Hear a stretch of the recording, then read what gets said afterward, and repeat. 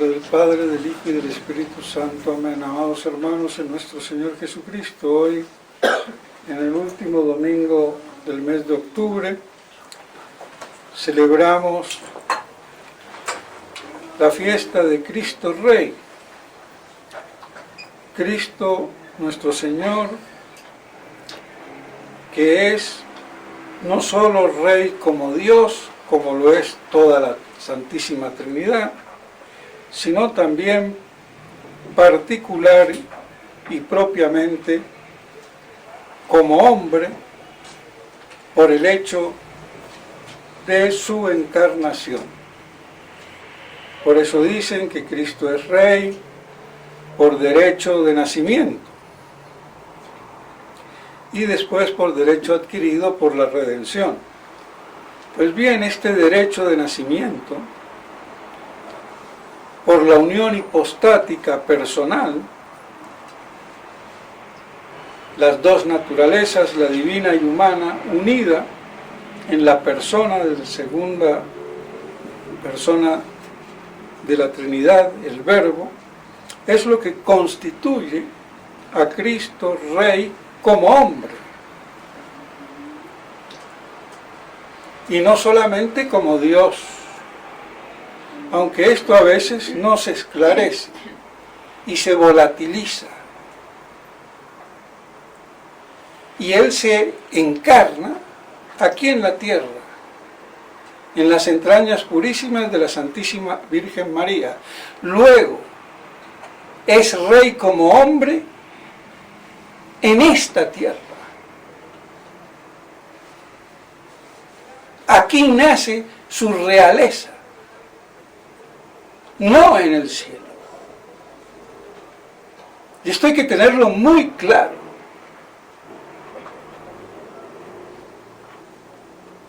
Entonces la realeza que se proclama es la de Cristo Rey como verdadero hombre. No lo olvidemos, y por eso Quas Prima, Pío XI,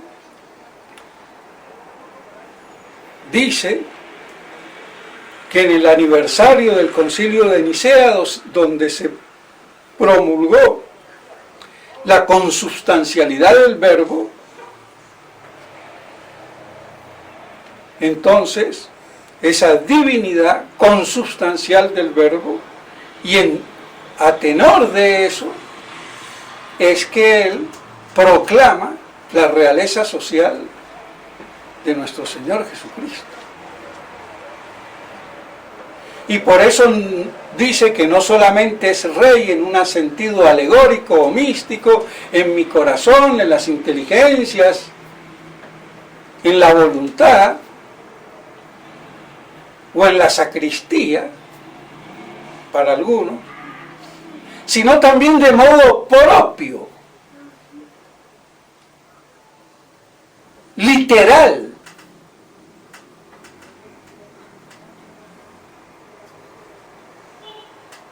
Lástima que esto no se profundiza y se volatiliza,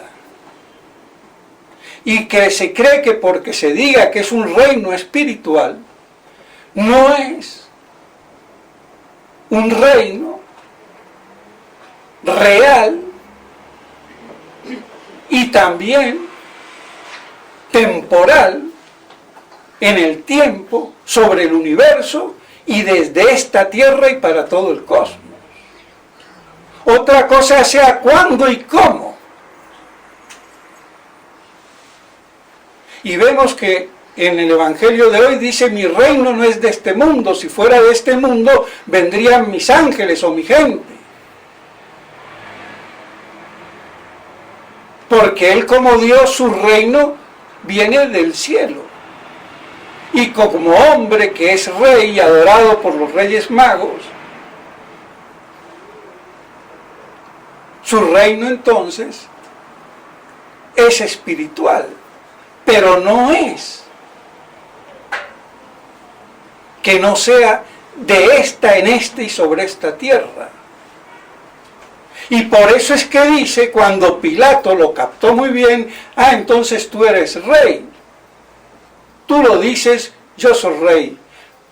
pero le ha dicho más ahora o por ahora, nun auten, palabrita de la Vulgata, que no la traducen los letrados traductores, y se tragan el cuento y se acabó el problema. ¿Por qué dice, por ahora mi reino no es de aquí? Porque por ahora, en mi primera venida, no es la consumación de mi reino en plenitud, lo cual va a ser más adelante en la parusía, lo que los judíos no entendían, y por eso, esperando el reino consumado y glorioso del Mesías que iba a venir, rechazaron la primera venida y le mataron. Y los católicos hacemos al revés. Volatilizamos el reino de nuestro Señor, lo hacemos puramente espiritual y en el cielo, y nos olvidamos que en el Padre Nuestro se nos enseña a rezar por nuestro Señor mismo, adveniat regnum tuum, venga tu reino, sin el nos. No dice adveniat nobis regnum tuum, dice sin el nos. Venga tu reino, para que se haga tu voluntad, así en la tierra como en el cielo. Entonces está mal dicho el Padre Nuestro. No es que vamos para el cielo, porque no dice vayamos al cielo y sursum corda y santas Pascuas.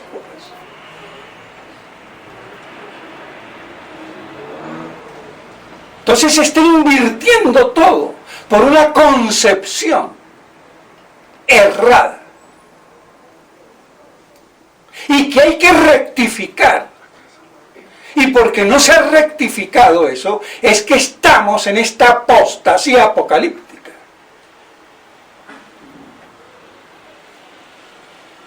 Entonces, venga tu reino, y así se haga la voluntad de Dios Padre en la tierra como lo es en el cielo. Y de eso ni pío.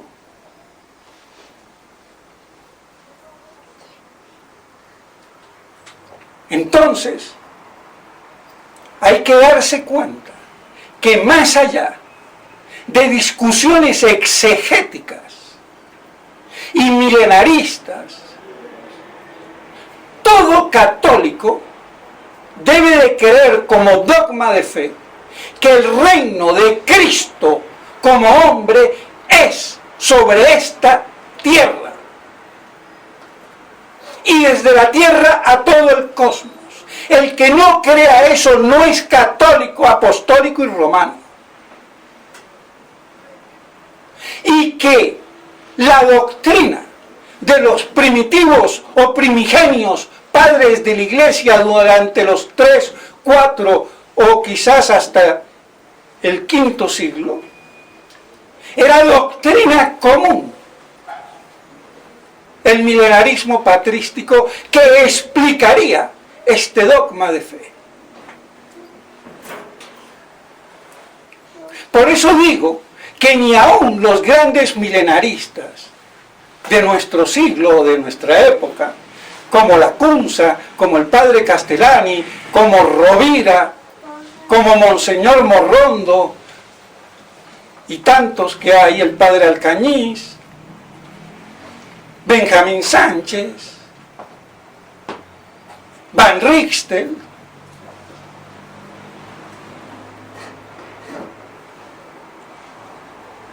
fueron malos defensores, sin culpa, porque situaban el problema como una opinión exegética.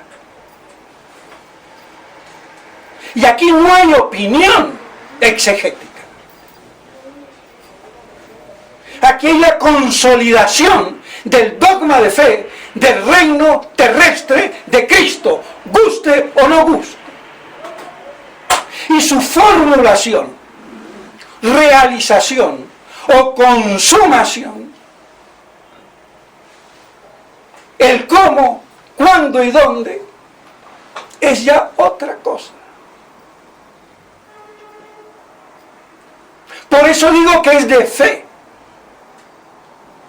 Y cuando enarbolan que fue condenado por la Iglesia, es una estúpida mentira o ignorancia de las dos cosas. Porque el primer decreto del 41 fue revocado porque era erróneo. Decía que Cristo no reina corporalmente, y no reina corporalmente en la tierra. Entonces, ¿qué hace en el tabernáculo nuestro Señor sacramentado? ¿Se está con el cuerpo o no está con el cuerpo? Entonces tuvieron que rectificar. Y ampliaron, pero sin condenar. Es una cuestión disciplinaria. No se puede enseñar con seguridad. Eso no es condena, es una simple advertencia, que fue manipulada por los antimilenaristas judaicos, les guste o no, que les chirrea el reino y que no querían que esto se enseñe. Y que grandes padres como San Jerónimo combatían el milenarismo craso, herético, no del reino de Cristo, sino de las cuasiorgías o lo que quieran de los resucitados, que tendrían hijos y que comerían y beberían.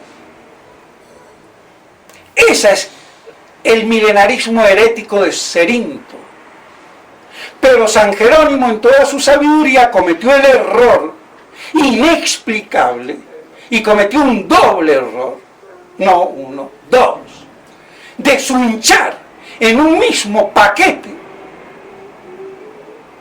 a los herejes como Cerintios y compañía, y a un San Ireneo, a un Tertuliano y a los padres, que también había muchos mártires que así lo enseñaban. Entonces, ¿cómo no se da cuenta que por aplastar la mosca acaba con el pastel? Es que es de una miopía increíble en un padre de la Iglesia. Y para colmo, no se atreve, lo cual es absurdo, segundo error, a condenar este error, porque claro, los mete también a los padres de la Iglesia que lo profesaron, y entonces dice, no podemos condenarlo. O sea que él, en su contradicción, no es capaz de condenar el milenarismo herético de Cerintios. Y no se da cuenta que tenía que dividir aguas y distinguir y condenar el de Cerintios y dejar a un lado el otro. Entonces, errores graves que hacen tambalear a San Agustín. Pero es que San Jerónimo era papólatra, digámoslo así para que me entiendan, del herético Orígenes.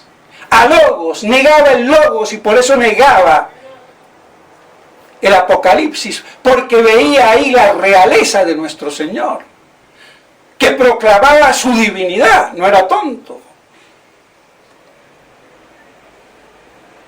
Y por eso Santo Tomás dice que es blasfemo, y no solamente es peor que Arrio, sino que supera a Arrio, porque antes que los matocos, los que odiaban el Espíritu Santo, negando la divinidad del Espíritu Santo, ya la negaba Orígenes. Y esto lo dice Santo Tomás. Pero de esto nadie se entera. Y después vienen a salir franceses como Francelin a querer dirimir la cosa y no sabe dónde está parado. Y después viene otro francés, Curita, y hace un mes sacan un artículo para hablar en contra del milenarismo y no sabe ni pío. Y citando a Monleón, que no sabe ni pío. Porque ¿cómo va a decir que eso no es el parecer de la Iglesia si lo fue durante los primeros 4 siglos por lo menos? Y con exponentes como San Papías, que era el gran patriarca de todo Oriente, o San Irineo, que fue obispo, padre de la Iglesia y mártir, y obispo de Lyon en Francia, pero aquí los francesitos ni se enteran. Entonces hay un total desconocimiento y la ignorancia es atrevida.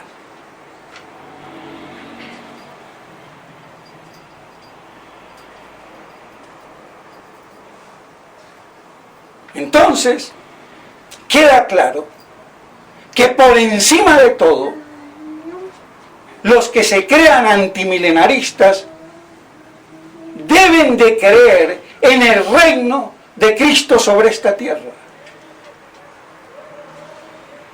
Y la Iglesia es el reino incoado, no consumado de Cristo, porque Él dijo que tiene otras ovejas, que no son de este aprisco, pero al fin se hará un solo rebaño y un solo pastor. Cuando se realicen las bodas del Cordero, el día de su parucía.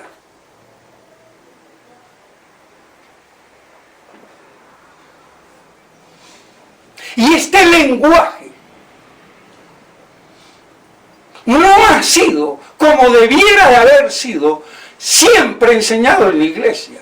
Y este es el primer factor de la delicuescencia de la Iglesia en su jerarquía humana, para que lleguemos a esta apostasía por negar el reino de Cristo en esta y sobre esta tierra. Y es lo que los judíos, a pesar de su deicidio, todavía siguen creyendo más que los católicos judaizantes. Porque ellos creen en un Mesías que reinará, nada más que lo carnalizan demasiado.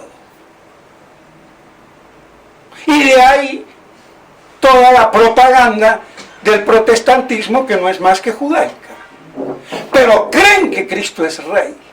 Es más, que Israel no puede ser el verdadero estado de los judíos hasta que no sea el Mesías, el segundo David, en persona. Y por eso están los ultras ortodoxos que no reconocen el Estado judío. O sea que tienen estas verdades desvirtuadas, pero las mantienen más firmes que los católicos. Y es una aberración.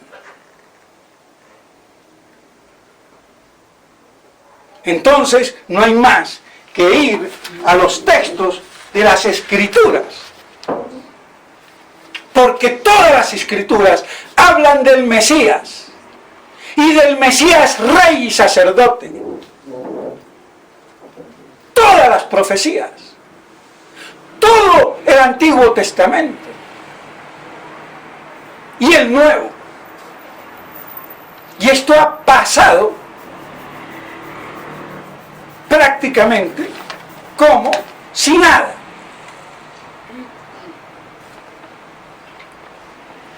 Entonces ya les dije, nuestro Señor, venga a tu reino. ¿Cuál es el reino? El reino consumado de Cristo. No la incoacción que ya era la Iglesia. Y por eso su reino no era por ahora de aquí. Entonces en el Salmo 109, destrozará a los reyes y juzgará a las naciones, hablando del Mesías. En el Salmo 96, reina Yahvé, alégrese la tierra, justicia e imperio son el fundamento de su trono, los montes como cera. se derriten ante Yahvé, ante el dominador de toda la tierra, no del cielo. Los montes no están en el cielo. Todos los pueblos ven su gloria. En el Salmo 97, los montes aún asalten de gozo ante la presencia de Yahvé, porque viene para gobernar la tierra. Gobernará la redondez de la tierra con justicia, los pueblos con rectitud. ¿Lo dicen o no lo dicen las Escrituras? ¿O qué chichas leen? En el Salmo 98, reina Yahvé, tiemblan los pueblos, conmuévese la tierra. Grande es Yahvé en Sión. Sión es en la tierra, no en el cielo. Y excelso sobre todos los pueblos. ¿Cuáles pueblos? En el cielo no hay chinos ni japoneses. Y ante el escabel de sus pies, postrados.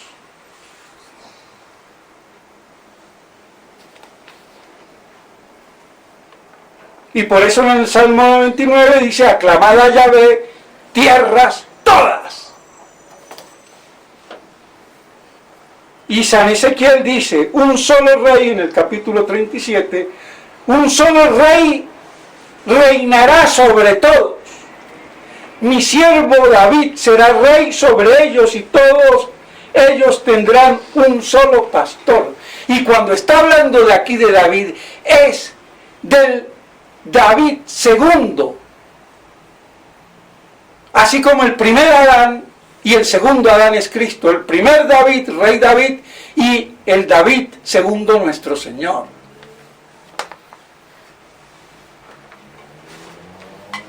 Por eso es que se le dará el trono de David.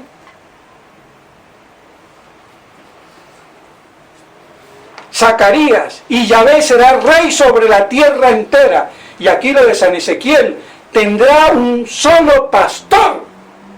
La gran profecía apocalíptico milenarista. Un solo pastor con un solo rebaño. Que es el verdadero Israel de Dios consumado, de judíos convertidos y gentiles convertidos.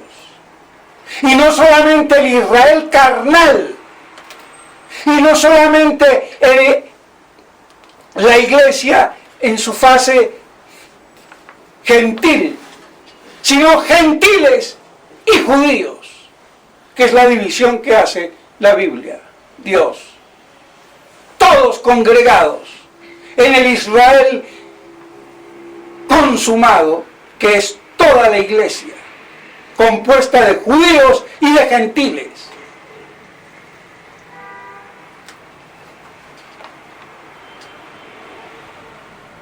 Por eso dice que tiene otras ovejas que no son de este aprisco. En el Salmo 2, soy yo quien he constituido a mi rey sobre Sión, mi santo monte, tú eres mi hijo. Aquí es evidente que está hablando el Padre. Te daré en herencia las naciones, y en posesión tuya los confines de la tierra, con cetro de hierro gobernarás. ¿Esto es en el cielo? Hay que ser estúpido para creerlo. Perdónenme. Que me cargue el que me cargue. Porque si no lo digo, el estúpido soy yo. Entonces hay que afinar la cuestión. Y finiquitarla.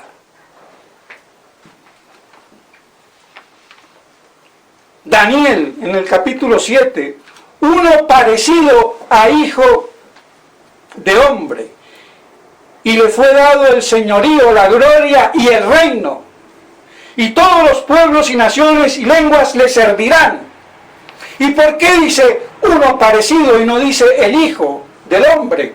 como ese es su nombre, el Hijo de David, el Hijo del Hombre, que ya tantas veces lo he dicho, aquí parecido, para que nos demos cuenta, como dice Monseñor Straubinger comentando, que dice, parecido no es simplemente igual a uno de nosotros, sino un ser superior, porque es el Hijo del Hombre, pero no es igual, es superior. Por eso dice parecido. En el Salmo 44, el cetro de tu reino es vara de justicia. El Salmo 71, Él dominará de mar a mar. Debería decir de cielo a cielo. Y desde el río hasta los confines de la tierra. ¿Cuál mar? ¿Cuál río? Estos, la tierra. Y le adorarán los reyes de toda la tierra. ¿Cómo le adorarán? Como su Dios y Señor.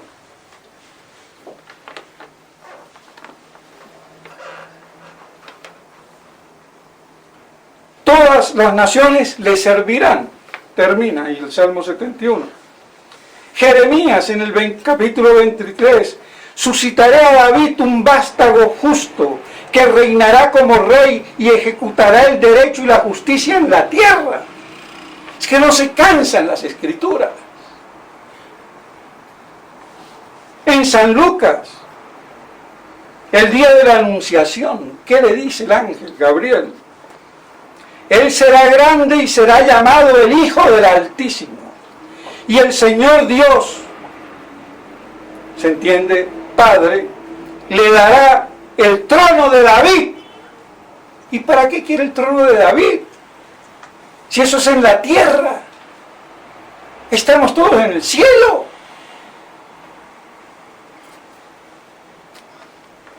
Es que es absurda esa interpretación. Es maldita.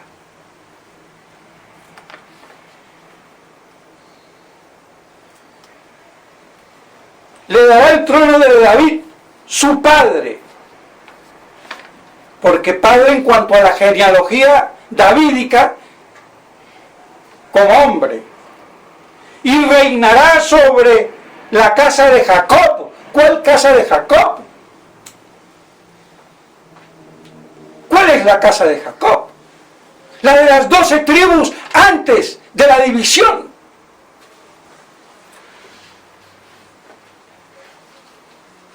Y reinará sobre la casa de Jacob por los siglos, y su reinado no tendrá fin. O sea que ya está restituido el Israel, no dividido en 12 reinos. Y formando parte integral en el Israel total y consumado, que es la iglesia. Pero no esta iglesia de ahora, que es incoado, y por eso llega a la apostasía. Porque no está la plenitud de la consumación sin que venga el Rey, nuestro Señor, en su parusía. Están claras las Escrituras. Lo que no están claros son los cerebros.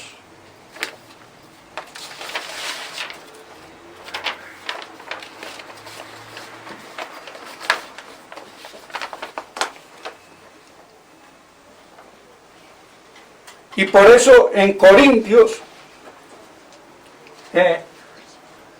se nos dice, y creo que es el mismo de hoy, creo que es la misma epístola, Corintios 15,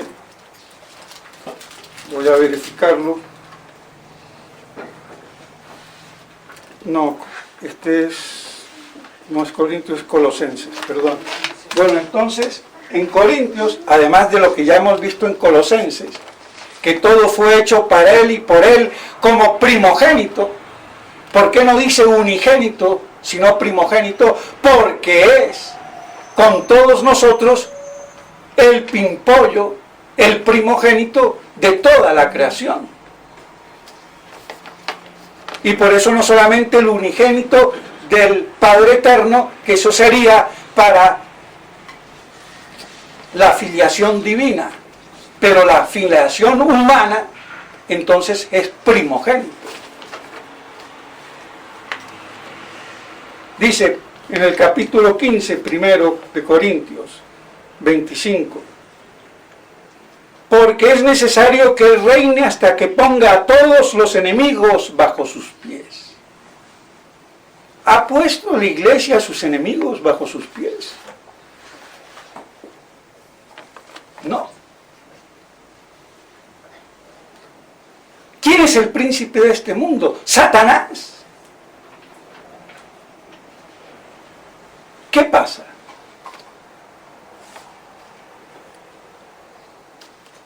Y antes dice, porque como Adán todos murieron, así también en Cristo todos serán vivificados, pero cada uno por su orden, con primicia a Cristo, como primicia a Cristo, luego los de Cristo en su parucía. Después el fin, cuando Él entregue el reino a Dios Padre, cuando haya derribado todo principado y toda potestad y todo poder, y así entrega el reino al Padre, pero sigue siendo su reino eterno, pero ya en el seno del Padre, principio primigenio de toda la divinidad y de toda la Trinidad. Fons divinitatis, decía Santo Tomás. Y aquí no me quiero alargar, pero para terminarla, el gran problema que no se ha entendido de cómo el Padre es la fuente primigenia de la divinidad y de la Trinidad. ¿Qué es lo que después vino a cuajar en el cisma de Oriente? Los ortodoxos. Pero antes que Focio naciera, ya existían los padres griegos y los padres latinos.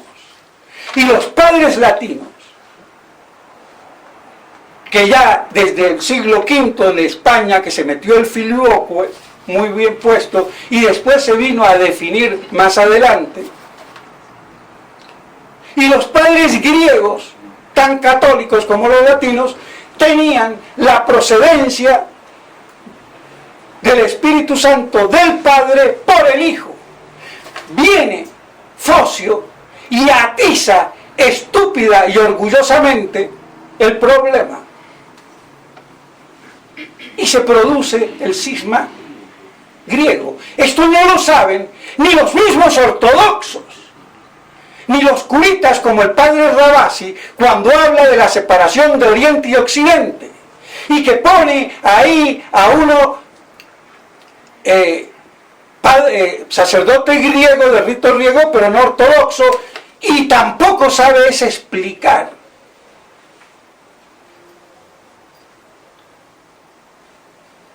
Entonces, ¿qué es lo que hay que explicar? Que para la mentalidad de los padres griegos, ellos tenían que defender con el término proceder ese principio de fuente de la divinidad y de la Trinidad, que ni ellos mismos lo saben explicar hoy.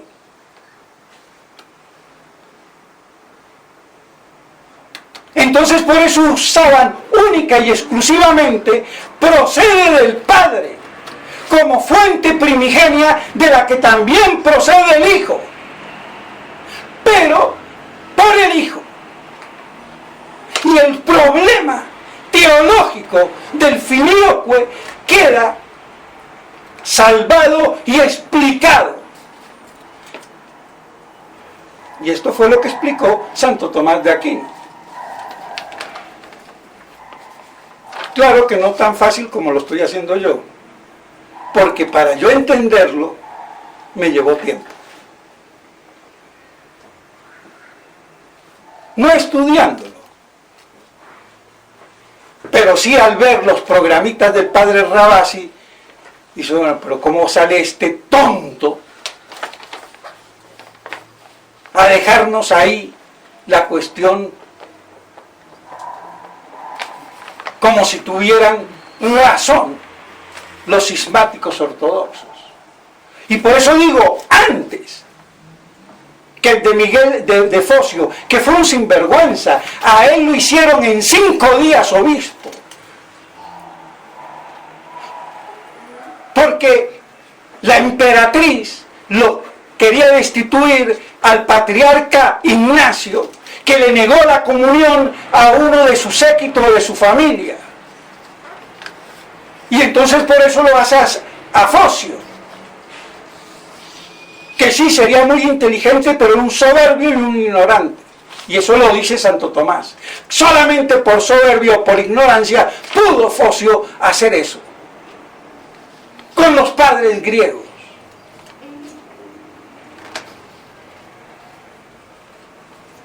Es que la historia hay que saberla, pero para saberla hay que conocerla en su estamento teológico, doctrinal, no meramente histórico. Porque es el pensamiento el que produce la historia, y no la historia el pensamiento, aunque sí después por las vueltas de la vida. Pues bien, entonces queda claro que, para redondear, que esa fuente de la divinidad, los padres griegos, no digo los ortodoxos, que son griegos, pero en el cisma y la herejía, querían con el proceder utilizarlo solamente para el Padre, porque era manifestar cómo el Padre era la fuente tanto del Espíritu Santo como del Hijo. Y por eso ellos dicen, y siguen diciendo hoy, el Espíritu Santo procede del Padre por el Hijo, y no dicen el filioque, pero no están en contra del filioque. Los que están en contra del filioque es Focio. Y hasta lo tienen de santo. Pues bien, entonces, mis estimados hermanos, que nos quede claro, la Biblia exulta los salmos que se los lee el clero en el breviario y no los entendemos, por imbéciles. Entonces, ¿cómo hay un plan satánico para eclipsar esto? Y se eclipsó y está eclipsado. Y por eso estamos donde estamos. Pero no hemos entendido un comino de la Biblia.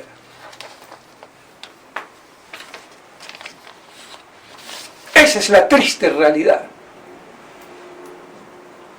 No hemos entendido ni el Padre Nuestro.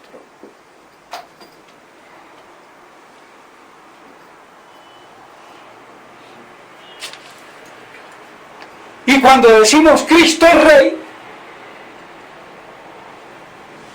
allá en las nubes, es que dan ganas de llorar.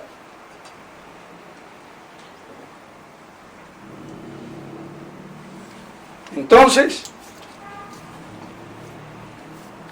que estas cosas nos ayuden. Y aunque haya divergencias en el milenarismo, eso no quita que la base es el reino de Cristo, por encima de las exégesis, por encima de las lagunas. Y por eso el que mejor se aproxima es el Padre, digamos, es San Irineo, explicado por el Padre Antonio Orbe. En ese libro de la Abad, que son 4 tomos, pero bueno, el tercero, donde comenta la parte del libro quinto contra los herejes de San Irineo.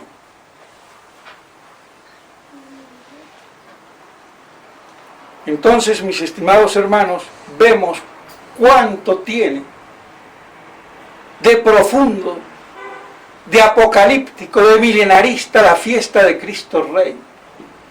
Y esas son las bodas del Cordero, el cantar de los cantares, que también, por traducirlo al español del hebreo, Fray Luis de León casi va a parar a la cárcel. O fue a parar a la cárcel, no sé si fue por eso o por una disputa que tuvo ahí con Báñez, nada más ni nada menos. Porque Báñez era el teólogo en su momento de Felipe II.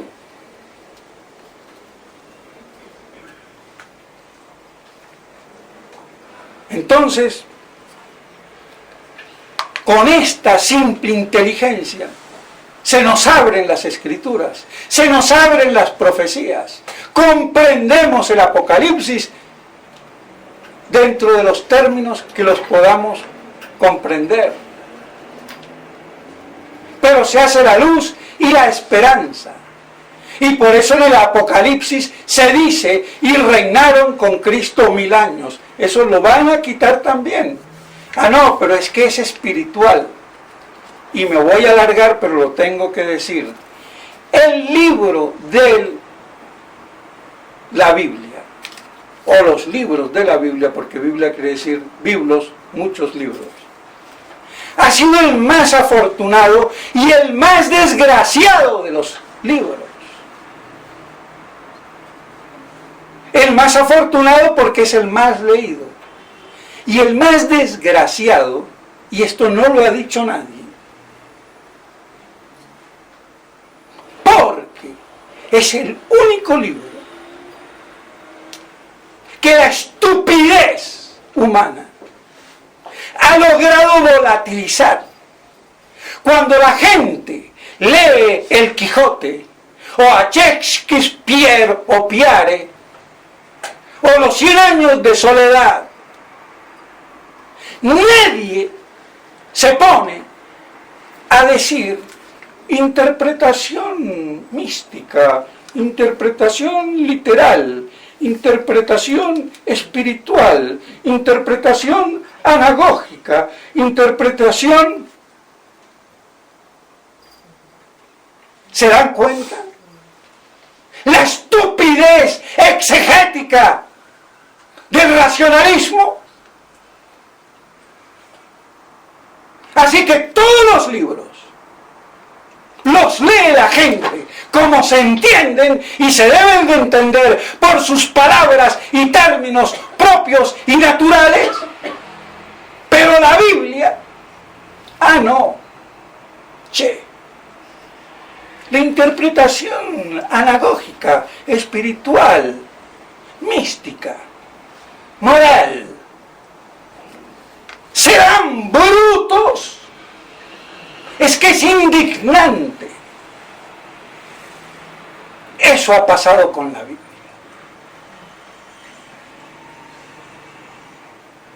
Eso ha pasado con los exégetas. ¿Por qué no la entienden como la deben de entender? Y lo que no entiendan, no lo sabo, no lo sé. Punto. O ahí sí lo podemos interpretar y espiritualmente, anagógicamente, para que nos sirvan. Pero la sustancia no la sabemos. Pero no permitirse el lujo de decir que ese reino no es literal, no es propio, no es en esta tierra.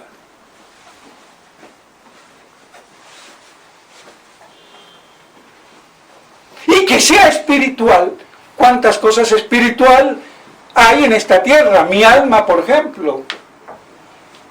Y es temporal también. Es que ni el credo lo rezamos como debe de ser. Entonces no nos extrañemos que estemos en esta pública y universal apostasía. Porque los gentiles no iban a ser mejor que el olivo. El acebuche no va a ser mejor que el olivo. Cayó el pueblo elegido y caen estos imbéciles también. Así que hay que reconocerlo. Eso es todo. Humildad.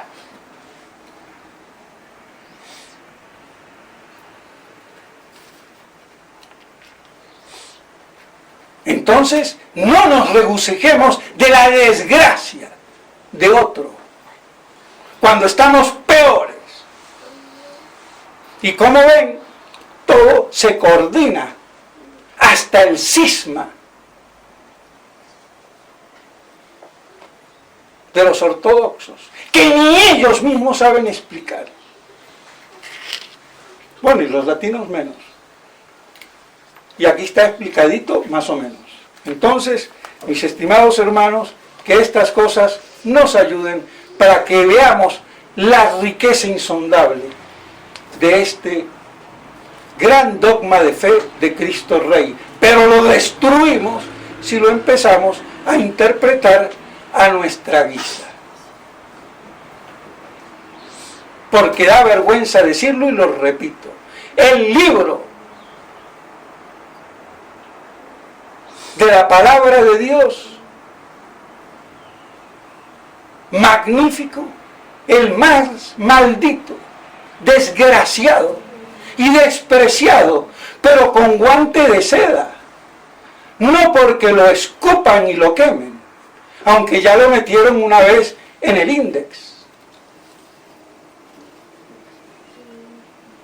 Pero bueno, eso es otro cuento. Pero con tantas interpretaciones, no ateniéndose a la primigenia, literal y natural, no a lo crudo. Por eso Orígenes se castró, porque había que ser muy bruto. Si tu ojo te molesta, quítatelo. Que a pesar de ser un genio, era un bruto. Y para no seguir decapitándose, entonces comenzó a alegorizar, entre otras. Pues bien, ya me extendí, pero aquí hay una vez más cátedra apocalíptica, milenarista, y al curita, y al sacerdote, y al obispo, que no le guste, que dé la cara, a ver cómo le va a quedar. Porque su ignorancia tiene que ser aplastada. Como este curita francés, que, no voy a decir el nombre, hace un mes sacó el tema. Aquí lo tengo. Pero no voy a leer las estupideces que dice, porque es de un ignorante. Y he demostrado que de esto sabo, de esto sé. No tanto, pero más, de todos los que podrían pretender rebatirme. Entonces, mis estimados hermanos, que festejemos la fiesta de Cristo Rey en esa amplitud que nos da la palabra de Dios. Y así vivamos en esa esperanza que forjó a los primeros cristianos, esperando la pronta venida de nuestro Señor, que está cada vez más cerca que nunca. Y que así entonces haya un solo rebaño bajo un solo pastor, pero no antes, ni un segundo antes de la parucía, sino durante y después. Y que todos sean uno, ut unum sit, en el rey David, segundo Adán, nuestro Señor Jesucristo, en ese reino espiritual y terrenal, cuando venga a juzgar con todos los santos. Que la Santísima Virgen María entonces nos ayude, y por eso ella proclamó en el Magnífica: todas las naciones me alabarán. Y todas son todas. Pues bien, que estas cosas se nos graben en el corazón. En nombre del Padre, del Hijo y del Espíritu Santo. Amén.